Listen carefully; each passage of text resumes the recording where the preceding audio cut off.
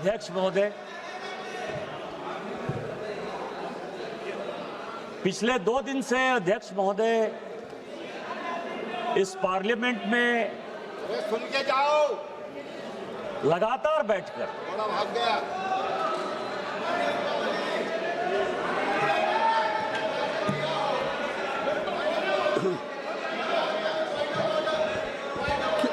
किस नियम में?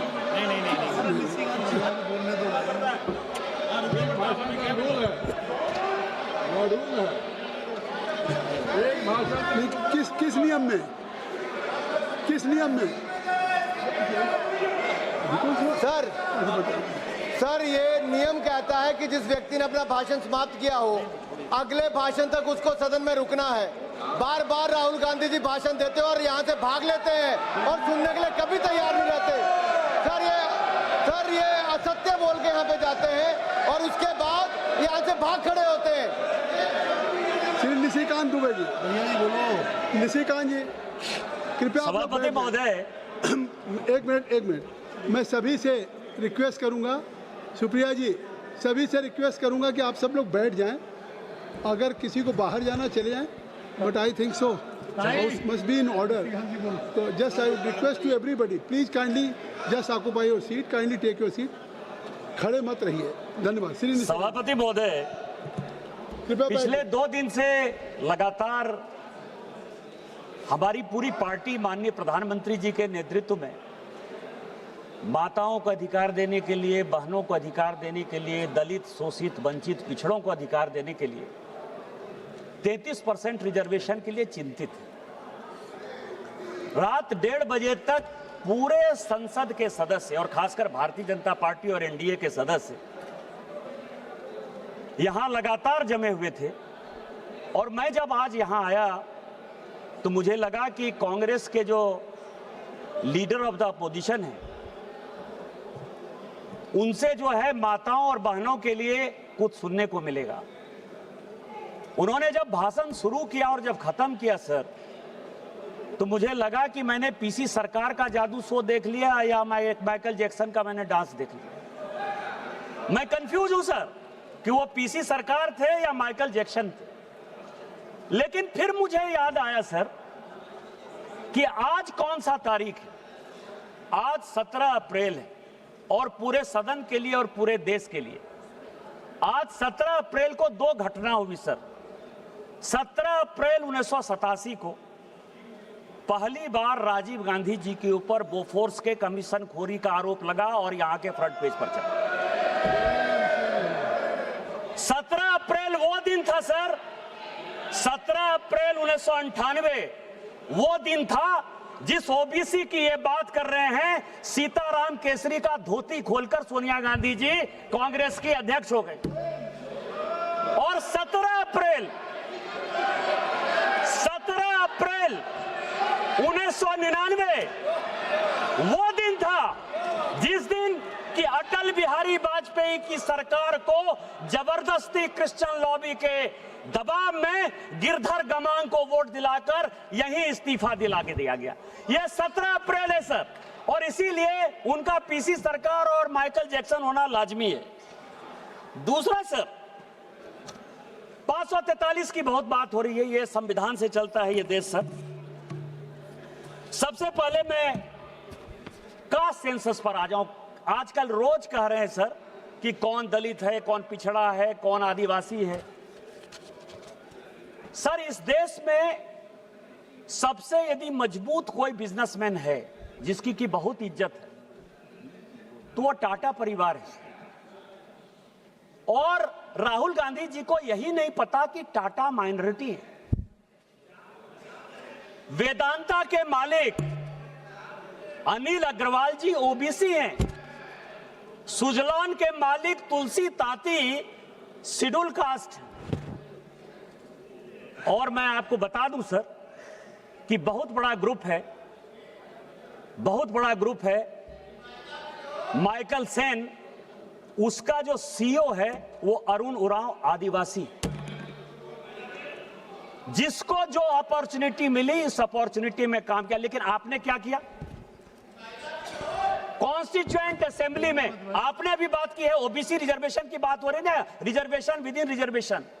नीरज जी ओबीसी को संवैधानिक अधिकार हमारे प्रधानमंत्री ने बैठ दिया। आप मांग रहे हो, आपका नीरज डिमांड जी, क्या है? सारे अपोजिशन के लोगों ने, अखिलेश धर्मेंद्र यादव जी जी से लेकर सारे लोगों ने कहा कि ओबीसी महिलाओं को रिजर्वेशन चाहिए। इसी ओबीसी रिजर्वेशन के लिए 2010 में जब राज्यसभा में यह कानून पास हो रहा था, तो जो सदन के नेता थे प्रणब मुखर्जी साहब और जो उस वक्त के तत्कालीन प्रधानमंत्री थे मनमोहन सिंह जी, उनका स्टेटमेंट लेकर आया हूं मैं। उन्होंने कहा कि मरते दम तक कांग्रेस किसी ओबीसी में महिला को रिजर्वेशन नहीं दे सकती।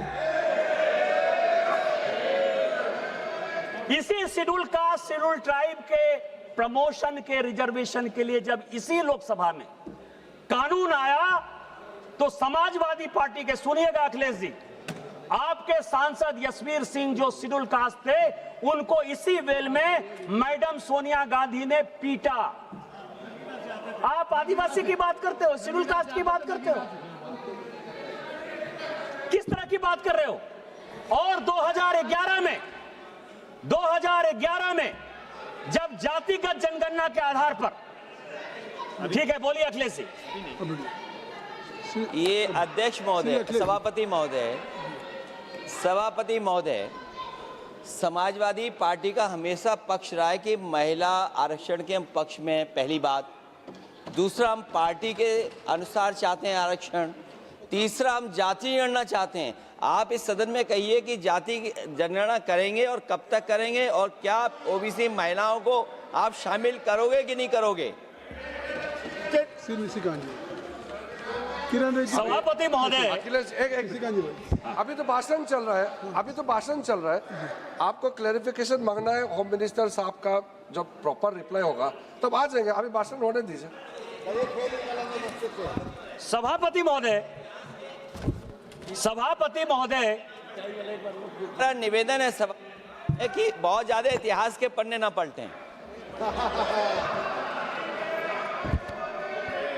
ये तो वो बता रहे हैं जो आपके सांसद के साथ हुआ है।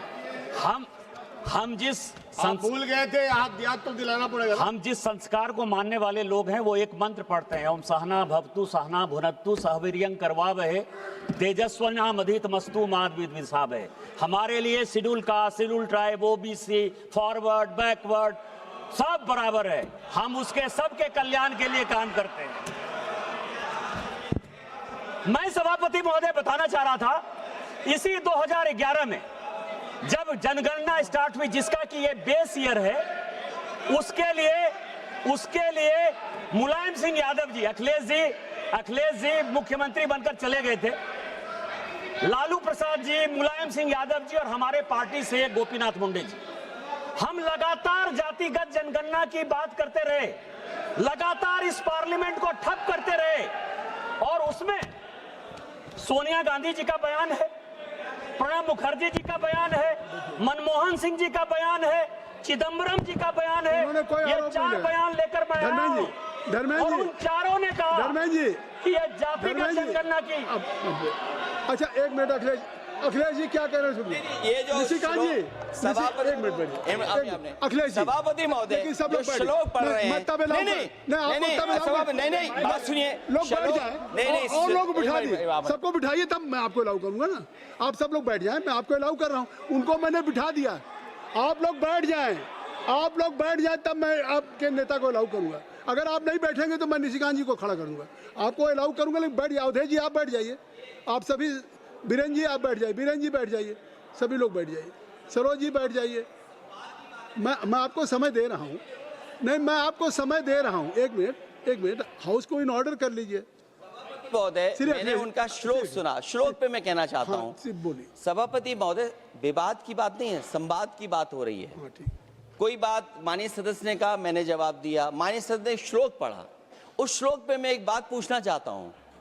मैं अपने संसदीय क्षेत्र में कन्नौज में एक मंदिर में गया था, लेकिन मेरे बाद वो मंदिर गंगा जल से धुलवाया गया था।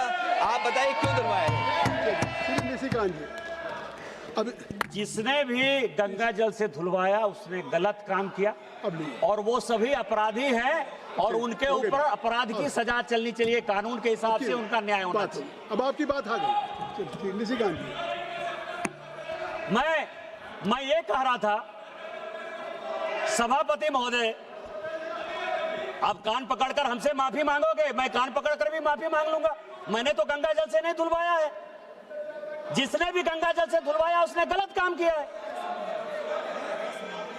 हमारा इससे क्या संबंध है? अपराधी अपराधी है, चाहे किसी भी जाति धर्म वर्ग संप्रदाय का व्यक्ति यदि अपराधी है तो अपराधी है और उसको कानून के हिसाब से सजा मिलनी चाहिए। हस्ती का अमल के लिए रोना नहीं है, हस्ती का अमल के लिए रोना नहीं है। Nothing will go on record except only sir Nishikant Dubey. मैं सभापति महोदय, देखिए मेरा समय ये लोग बहुत खा रहे सर। जातिगत जनगणना की बात कर रहा था। सोनिया गांधी जी ने कहा कि जातिगत जनगणना संविधान के दायरे में नहीं है, हम इसका विरोध करते हैं। चिदंबरम साहब ने कहा, मैं 2011 की बात कर रहा हूं, चिदंबरम साहब ने कहा कि जातिगत जनगणना जो है इस देश को डिवाइड करेगी। प्रणब मुखर्जी जी लीडर थे, उन्होंने कहा कि जातिगत जनगणना 1931 के बाद से नहीं हुई है, किसी कीमत पर नहीं होगा। और अंत में मनमोहन सिंह जी ने तो और भी रिकॉर्ड तोड़ दिया सर। उन्होंने कहा कि हमारी सरकार रहे या जाए इसी सदन हम जातिगत जनगणना नहीं करेंगे। लेकिन गोपीनाथ मुंडे, लालू प्रसाद यादव जी और नेताजी मुलायम सिंह यादव जी का मैं बधाई और धन्यवाद देना चाहता हूं कि जिनके प्रयास से उस वक्त की कांग्रेस सरकार को झुकना पड़ा और जातिगत गणना जो है हुई, जिसका कि डाटा कई एक गलतफहमियों के कारण जो है अभी तक नहीं रिलीज हुआ और जातिगत जनगणना हमारी सरकार करा रही है और 2027-29 में वो आ जाएगा। अरे बैठ जाओ भाई। अब क्या है सर, ये फैक्ट है, ये फैक्ट है जो अब इस अमेंडमेंट पे मैं ये कह रहा हूं कि चूंकि सर्वसम्मति से सभी लोगों ने कहा सर कि सर्वसम्मति से हमने महिला रिजर्वेशन को पास किया। कल्याण बनर्जी साहब का भी आज भाषण सुना मैंने, मनीष तिवारी जी का भी सुना। ये लोग बड़े विद्वान हैं सर। हमारे यहाँ पीपी चौधरी साहब ने भी बयान दिया। ये भारत का संविधान है जो बाबा साहब अम्बेडकर का, और हमने 2023 के एक्ट के बाद आर्टिकल 334A बनाया और 334 ये कहता है सर कि डिलिमिटेशन जो है वो जब लिया जाएगा तो रिलीवेंट फिगर होगा first census taken after commencement of the constitution 106th amendment act 2023। Population को क्राइटेरिया बनाया जाएगा। ये हम आप सबों ने पास किया सर। अब पॉपुलेशन को यदि क्राइटेरिया मानेंगे, यदि आप ही की बात सही और सबों ने पास किया है, इसमें Bharatiya Janata party, Congress, TMC, DMK, Samajwadi party, जितना पार्टी है सब इसके दोषी हैं। उनके हिसाब से लिख लीजिए मेरी बात, क्योंकि आप अमेंडमेंट तो नहीं कर रहे हो, आप कॉन्स्टिट्यूशन में चेंज तो नहीं करने दे रहे हो, आप तो विरोध कर रहे हो। यूपी में सीट होगी 87, जो पॉपुलेशन है, जो 2011 का सेंसस है, निशिकांत जी जो आपने पेश आप किया, हमको एड्रेस करिए। सभापति महोदय, जो इन्होंने पेश किया और आज जो 2011 का सेंसस है, मैंने तो 2026 का सेंसस लिया ही नहीं है। मैं 2011 के सेंसस के आधार पर कह रहा हूं। आप उनको मत। यूपी में सीट होगी 87, बिहार में सीट होगी 47, महाराष्ट्र में सीट होगी 49, वेस्ट बंगाल में सीट होगी केवल 38, मध्य प्रदेश में सीट होगी 34, राजस्थान में सीट होगी 32, तमिलनाडु में सीट होगी, जो इतना हंगामा कर रहे हैं काला कपड़ा पहन के, केवल और केवल 29, गुजरात में होगी 28, कर्नाटक में होगी 26, आंध्र प्रदेश में होगी 20, उड़ीसा में 18, झारखंड मेरे राज्य में होगी 16। मैं एक ऐसा भागा राज्य का सांसद हूं जिसमें कि 2000 में बंटवारा होने के बाद, झारखंड बंटवारा होने के बाद डिलिमिटेशन हुआ ही नहीं। और क्यों नहीं डिलिमिटेशन हुआ? इस यूपीए ने क्यों नहीं डिलिमिटेशन होने दिया? भारतीय जनता पार्टी के कारण नहीं हुआ, क्योंकि बांग्लादेशी घुसपैठियों के कारण आदिवासियों की संख्या घट गई। एक आदिवासी की लोकसभा की सीट और 3 विधानसभा की आदिवासी की सीट घट रही थी डिलिमिटेशन में। भारतीय जनता पार्टी ने कहा कि हमको नहीं चाहिए डिलिमिटेशन। आप देश चलाने की बात करते हो, आप लोकतंत्र की बात करते हो। आपने तो बांग्लादेशी वोट को बनाने के लिए हमारे राज्य को तहस-नहस कर दिया। हम बिना डिले, हमारी जो कॉन्स्टिट्यूएंसी है 350 किलोमीटर लंबी है, 3 जिले में विभक्त है। वो क्या बात कर रहे हो आप डिलिमिटेशन की बात कर रहे हो। और यदि साउथ और नॉर्थ का, यदि ये 2023 का जो कि नोटिफाई कर दिया है भारत सरकार ने, यदि ये एक्ट लागू हो गया तो साउथ इंडिया में जो केरल में सीट घटेगी, केरल की सीट 20 से केवल 14 हो जाएगी, तमिलनाडु की 39 से केवल 29 हो जाएगी। कौन साउथ इंडिया का जिम्मेवार होगा? हम कल रिजर्वेशन लागू करने को तैयार है, होगा 543 में ही होगा, लेकिन वो पॉपुलेशन के आधार पर होगा और साउथ इंडिया की सीट घटेगी और कांग्रेस के राहुल गांधी इसके जिम्मेवार होंगे। अब ये एक्ट की बात कर रहे हैं सर। अभी इन्होंने कहा, अभी बहुत लोगों ने कहा सर कि आपने 815 का फिगर कहां से ले आए, 816 का फिगर कैसे ले आए। सर मैं 31 से जो है ये रिजर्वेशन को, सीट बढ़ाने को बहुत मुझे लगता है जुड़ाव सर। संविधान का 31वां संशोधन हुआ 1972-73 और आज हम लोग 131वें संशोधन पर बात कर रहे हैं सर। ये 1973 का, जिसको कि अभी बड़ी लंबी चौड़ी भाषण देके गए कि इंदिरा जी ने जो है देश के लिए बहुत बड़ा काम कर दिया और उन्होंने फ्रीज कर दिया। 525 से 550 हो रहा था सीट सर। डिलिमिटेशन आयोग 1971 में बन गया। डिलिमिटेशन आयोग ने कहा, और उसके पहले की एक और कहानी है सर कि 1952 में जब डिलिमिटेशन आयोग बना तो डिलिमिटेशन आयोग ने कहा कि इस तरह से हम किसी भी एरिया का परिसीमन नहीं कर सकते। आपको पता है कि डिलिमिटेशन आयोग के रिकमेंडेशन के आधार पर कांग्रेस ने सारे फेडरल स्ट्रक्चर को तार पर तार रख दिया, पूरा संविधान संशोधन कर दिया और 1956 का state reorganisation act delimitation act के आधार पर बना। बंगाल की कुछ जगह बिहार में आ गई और बिहार की कुछ जगह बंगाल में चली गई, आंध्रा की कुछ जगह केरल में चली गई, केरल की कुछ जगह आंध्रा में चली आई, तमिलनाडु की कुछ जगह जो है बेंगलोर में चली आई, कर्नाटक में चली आई और कर्नाटक की कुछ जगह वहां चली गई और आज भी महाराष्ट्र जो है बेलगांव की लड़ाई लड़ रहा है। यह डिलिमिटेशन आयोग के कारण हुआ और उन्होंने तय कर दिया कि टोटल जो हमारे एमपी होंगे 489 होंगे। डिलिमिटेशन आयोग का यदि रिपोर्ट प्रेमचंद्रन जी आप पढ़ लीजिएगा तो उन्होंने कहा कि 526 लोग होने चाहिए, लेकिन इंदिरा जी ने, नेहरू जी ने यह तय कर दिया कि न 489 होगा। उन्हीं की बेटी इंदिरा जी ने यह 1973 का 31वां संविधान संशोधन विधेयक लेकर आया हूं। डिलिमिटेशन आयोग 1971 में बन गया। डिलिमिटेशन आयोग ने कहा कि टोटल सीटें जो है 603 होनी चाहिए। उन्होंने कहा तुम कौन तय करने वाले थे? अभी बड़ा एकदम ट्रांसपेरेंसी की बात कर रहे थे कि आप तो अपना जज बना लेंगे, आप अपना एमपी बना लेंगे। मुझे लगता है कि 1952 से लेके ये जो है पूरा लीडर ऑफ द अपोजिशन से पूछकर जो है अपना आयोग बनाते रहे। उन्होंने कहा संविधान संशोधन करके कि नहीं, 525 से 550 ही सीट होगा और उन्होंने तय कर दिया कि उत्तर प्रदेश में कितनी सीट होगी, मध्य प्रदेश में कितनी सीट होगी, गुजरात में कितनी सीट होगी, महाराष्ट्र में कितनी सीट होगी। सर ये तय कर दिया। आज आप हमको भाषण देने की बात कर रहे हो। दूसरी बात सर, ये जो झूठ की दुकान है, दोनों बहन भाई को मैंने बहुत पढ़ा। मैं आपको बताऊं कि ये 44वां संशोधन लेकर मैं आया हूं 1976 में, जब पूरे सारे नेताओं को जेल में भेज दिया कांग्रेस ने, तो 76वां संशोधन, 1976 में 44वां संशोधन हुआ। संशोधन क्या हुआ? लोकसभा 6 साल के लिए और प्रेएम्बल में, संविधान बस 2 मिनट में खत्म कर रहा हूं, और प्रेएम्बल में सेकुलर शब्द और सोशलिस्ट शब्द जोड़ दिया उन्होंने। उसका भाषण देते हुए श्रीमती गांधी ने कहा कि माइनॉरिटी के लिए हम 1920-21 से लड़ रहे हैं और जिस मोतीलाल नेहरू कमेटी की रिपोर्ट उन्होंने कही 1929 की, 1930 की जो रिपोर्ट है, उसको इसमें जो है खूब उन्होंने कोट किया सर। उन्होंने कहा कि मोतीलाल नेहरू ने मुसलमानों को प्रोटेक्शन देने के लिए fundamental duties and fundamental rights जो है कांग्रेस वर्किंग कमेटी में 1929 में, 1930 में, 1931 में, 1932 में पास किया। और हमारा जो बेस है वो बेस ये है कि हमको मुसलमान के आधार पर राजनीति करनी है, मुसलमानों को संरक्षण देना है, मुसलमानों को रिजर्वेशन देना है, उनके रिप्रेजेंटेशन को बढ़ाना है। और इसी कारण से डिलिमिटेशन आयोग के केवल 1 मिनट सर, जब डिलिमिटेशन आयोग का रिपोर्ट आया 1976 में, उसको भी काट पीट करके इसी पार्लियामेंट में 8 सीटें मुसलमानों के लिए जबरदस्ती इसी कांग्रेस सरकार ने बढ़ाई।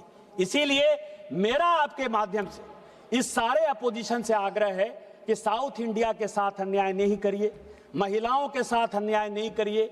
इस देश में इस पार्लियामेंट की जो भूमिका है उसके वर्चस्व को कायम रहने दीजिए, पार्लियामेंट में लोगों का विश्वास रहने दीजिए। और माननीय मोदी जी जो 33% रिजर्वेशन महिलाओं को देना चाहते हैं 2029 में लागू करने के लिए इस बिल का समर्थन करिए। आपने मुझे समय दिया, इन्हीं शब्दों के साथ जय हिंद, जय भारत।